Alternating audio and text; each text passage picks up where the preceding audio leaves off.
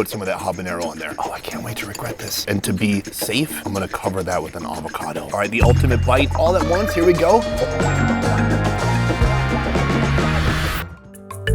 Good morning and welcome back to Rwanda. Today we are in the capital, Kigali. Here it is raining like crazy. This is not an unfamiliar sight here. Sometimes it will pour for 20, 30 minutes. Sometimes it goes all day. It looks like an all-day type of rain right now. Today my plan is to experience the street food of this city. Street food here is very different than other places. Mexico, they've got tons of street food actually out on the street. Same with Vietnam, but here in Kigali, it's a little bit more tucked away. You have to go to street side shops, maybe some outdoor market, but it's not just out on the sidewalk like you see it in other places. This morning, I'm following Aminata. She is the owner of a shop. She's a cook, and we're gonna see her buy some food here at this market. She's gonna take it to her shop. She's gonna cook it up. We're gonna try it out. Then we're gonna try as many other shops and as many other local foods as we can find. I'm not sure what's in store. Well, let's find out together. Let's go.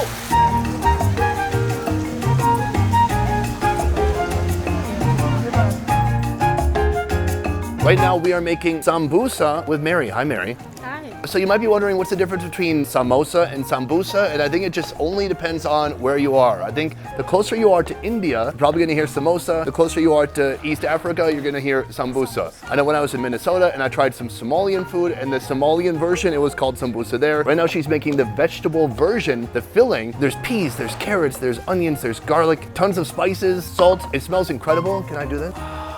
And chili too. The filling is almost done. Soon that's gonna go inside the wheat wrapper. Aminata is next to me. She's showing us the delicate process of stuffing the sambusa. What she does first, she has kind of like an edible glue here made from wheat flour and water. It's very sticky and it's gonna help it stay closed when it eventually gets fried. Inside here, she makes a cone of happiness. She stuffs it with all the different stuffings that have been cooked already. Tucks it in, folds the flap, glue it up, and that is ready to fry.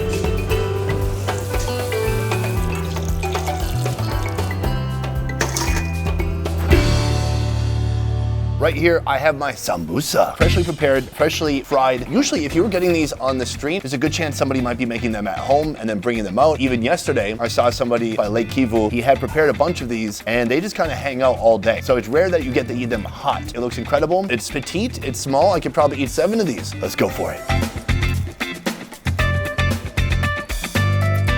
It's very satisfying, especially when it's fresh and hot like that. The vegetables are so well cooked together, and it makes its own unique kind of veggie mash. They're really hot, but you need to embrace the hotness. And there's such a blend of different spices here. I taste cumin, I taste the chili powder, salt, the Maggi. The local folks, they love the Maggi. It is like an allspice. I asked them if it was cheating. They said absolutely not. That's normal and good. It's kind of like Vietnam has MSG. Here, they have Maggi.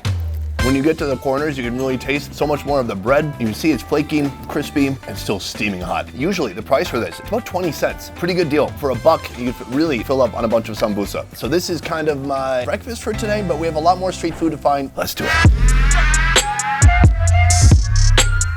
Boom. We are kind of near the walking street, like hangout nighttime area. This is an area where vendors have been kind of approved to cook outside rather than just being located randomly all over the city. This is a restaurant where they prepare something called Pouchette. Very popular local street food. All this is goat meat, and they've taken every single piece of protein and they're cutting it into little bitty pieces. That is gonna go on a skewer, and soon it's gonna be grilled up. This is the intestinal version. This is one of the most unique preparations I've seen for goat intestines in my life. He's kind of taken it, he's wrapped it with some different types of leaves. He's got layers of stomach, intestine, different internal organs. It's just like a rope of different random innards. This is ready for the next step, the boiling, and eventually it's all gonna be grilled up and I'm gonna try it out.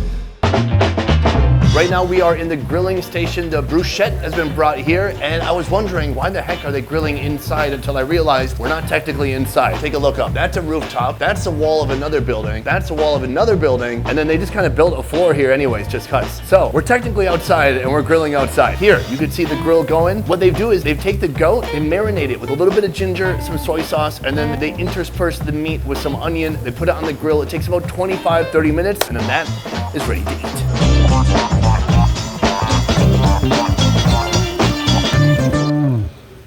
All right, boom. I've got 10 skewers right here, far more than I need, and I also have this. What is this, a giant thermos full of sake? No, it's just green tea. This is like a common thing people would have here. Some tea, some meat, and then some chapati right here. I'm gonna try it without the chapati to begin with. well done on the end part. The middle and the back, very nice. Juicy, super salty. I love that they're using soy sauce. I didn't know anybody in Africa really used soy sauce. I thought that was more of an Asia thing. It's goat, so it tastes a bit goaty. I gotta say, the room we went back there, usually in a dark back room like that, you'd expect to see people counting money or weighing drugs, but these guys were just chopping a goat into tiny little pieces. The type of behavior I've not usually seen before. I'm gonna put this into the chapatis. Not enough though. More, a double stack, back-to-back meat. Try it out.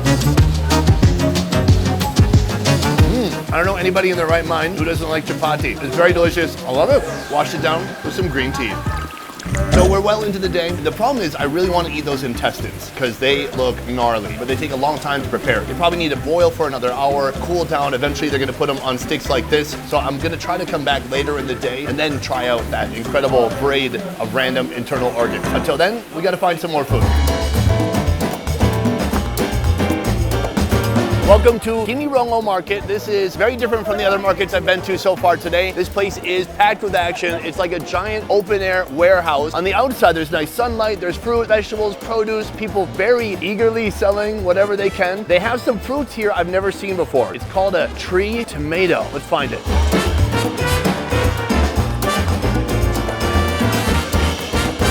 I'm in the fruit market right now with Claudette. Claudette? Maloha.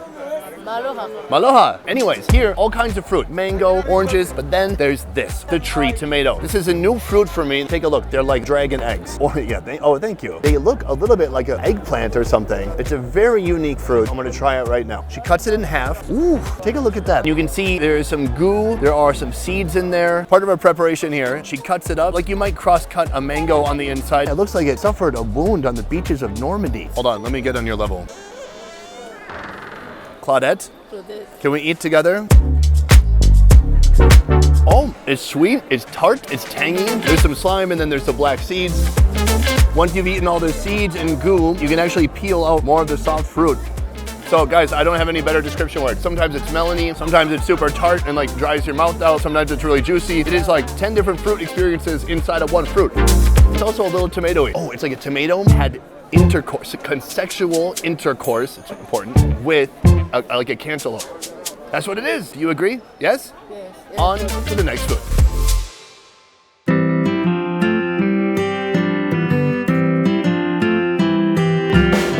We've come to Lillian's house for our next food. I'm very excited. This is called Akabenz. We have the pork here. It's been boiled already. She's put a ton of spices on there, turmeric, paprika, beef flavoring, chicken flavoring. We're combining different animals' essences and putting it into the pork, and she's gonna put it in the oil right now.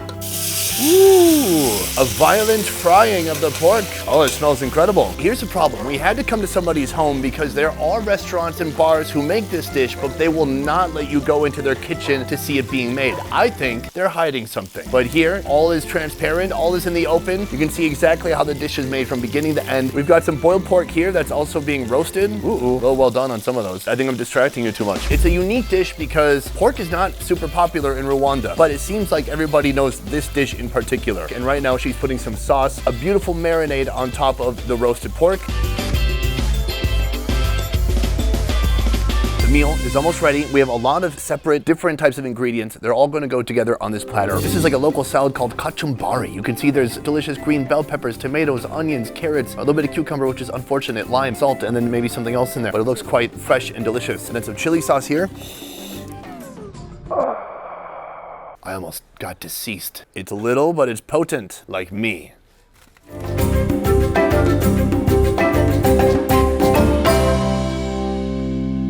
Oh, Akabenz. This is very cool. So many different options here. Right here, fried yellow bananas.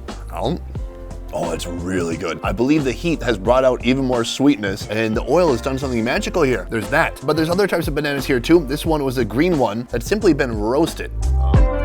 Yeah, they're smoky, starchy, more like potato-y. It's not as good as the first one. Here, another sweet yellow banana, she says plantain, that has been grilled. What? It doesn't even taste like a banana. That's so bizarre. What is going on? It's like 20% tangerine. That has such a weird taste to it. Here, try it. Does that taste like a banana? She or he said no. It's my wife. So that is the fruit section. I'm dying to try this meat. I've been in Africa now about 2 months. Most of the dishes are beef. There's tons of goat. There's mutton. But fried pork like this, it reminds me of something I'd find in Asia. I miss Asia. I haven't been there for 7 months. I think I'm gonna enjoy it. Here we go. As soon as I hit my lips when I do it. Crunchy, slightly dry, but I think the fresher you eat it, the less dry it's gonna be. Even here, check this out. Shows like some meat stuck to a piece of bone. Oh yeah, take a look at that. The seasoning is very nice. It is a multitude of flavors. And I like that even though it's a pig, she put beef seasoning and chicken seasoning. It sounds like that's against the Bible probably. But she's doing it, blasphemous as it might be. That is excellent. Right here, this is boiled and then roasted. There's a nice piece, nice amount of fat in there. It looks juicy. More roasted and crisp on the outside. A little different flavor. Overall, I do slightly prefer the fried one. Pork cooked 3 ways, super seasoned. It is a joy to have some pork right now here in Africa. But that is still a bit heavy, a bit oily. And I think the way to cut that is with this local salad. This is kumbariachi. I never said it right once. Try it out. Fresh tomato, green onion, habanero. It definitely has some kick. A little bit of cucumber, but as soon as you're like, ew, cucumber, then the habanero punches you in the face and you forget about that. I'm gonna cool myself down with some avocado. This whole platter right here, $12. That's pretty good. This could feed a small family. What I want to do next, I want to take another piece here. I'm going to put some of that habanero on there. Oh, I can't wait to regret this. And to be safe, I'm going to cover that with an avocado. All right, the ultimate bite all at once. Here we go. Love it. Excellent. So this is Akabenz, something I've not seen in any other country. I know it is pretty unique here in the country of Rwanda. There's not a ton of places where you can get it. And like I said, very few places will you be able to see how they make it. But today we got to peek behind the Akabenz curtain and I am not disappointed. From here, we need more food.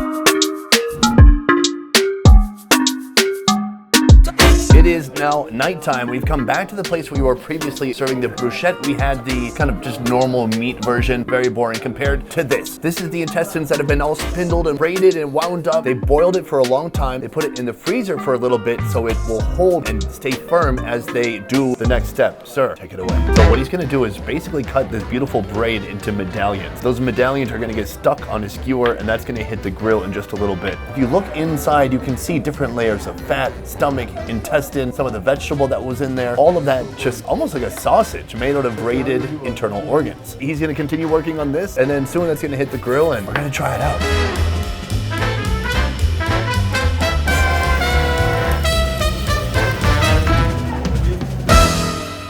This is the only street food area. It seems that in Rwanda, it's kind of part of the culture that you eat inside. Every time you've seen us eat or cook outside, it's been usually upon my special request because of lighting issues. So this is kind of a new thing. They've got this walking street, no cars allowed. People come here, they hang out, they get some street food, and they actually eat outside. They have a menu, but it's a very limited menu, but a fun place for people to come and hang out. Which leads me to my next topic. It's not like I'm against intestine. The only thing that throws me off was the smell of the room that we were in as they were preparing this. To be fair, instead of a cutting board, they were using like a desk like your school teacher had. You'd be working and they'd be grading papers in the corner. Imagine instead of grading papers, they're cutting up a whole goat. That's what they're doing on that desk every day, multiple times a day. Cheers. We bought a little chapati. All right, what a relief. I didn't know what to expect. I thought it might be super gamey. I thought it could be a bit funky, but I think that fire has cleansed this animal of any badness that might have been there. It's got a little bit of goaty funk, but overall it's good. It's fatty, it's juicy, it's smoky from the charcoal. I kind of like it. I can see why you might want this. You know, it's a different kind of texture and a different experience than just eating the protein itself. Get some chapati. There we go. I'm feeling naughty with my chapati. Cheers. I gotta say, I'm impressed. Truly in my heart, I was like, this is gonna be a disaster. And it's pretty dang good. This is the end of our Rwanda series. What did I learn? Rwanda is a fascinating country. Very safe, very clean, many, many hills, and a huge diversity in approaches to cooking. Street food. Not every culture, not every country is a street food country. I love street food, but here you have to be a little bit more crafty. You have to be like a detective to go around and find the street food type foods. When I came to Rwanda, maybe I knew what people had heard about Rwanda in headlines or in the news, but coming here, it is a very unique, beautiful, and interesting place. I think 3 days was not enough. In the future, I would love to come back and learn more. But until then, cheers. That is it for this one. Thank you so much for watching. Sorry I got my mouth full of different types of intestines and organs. I will see you next time. Peace.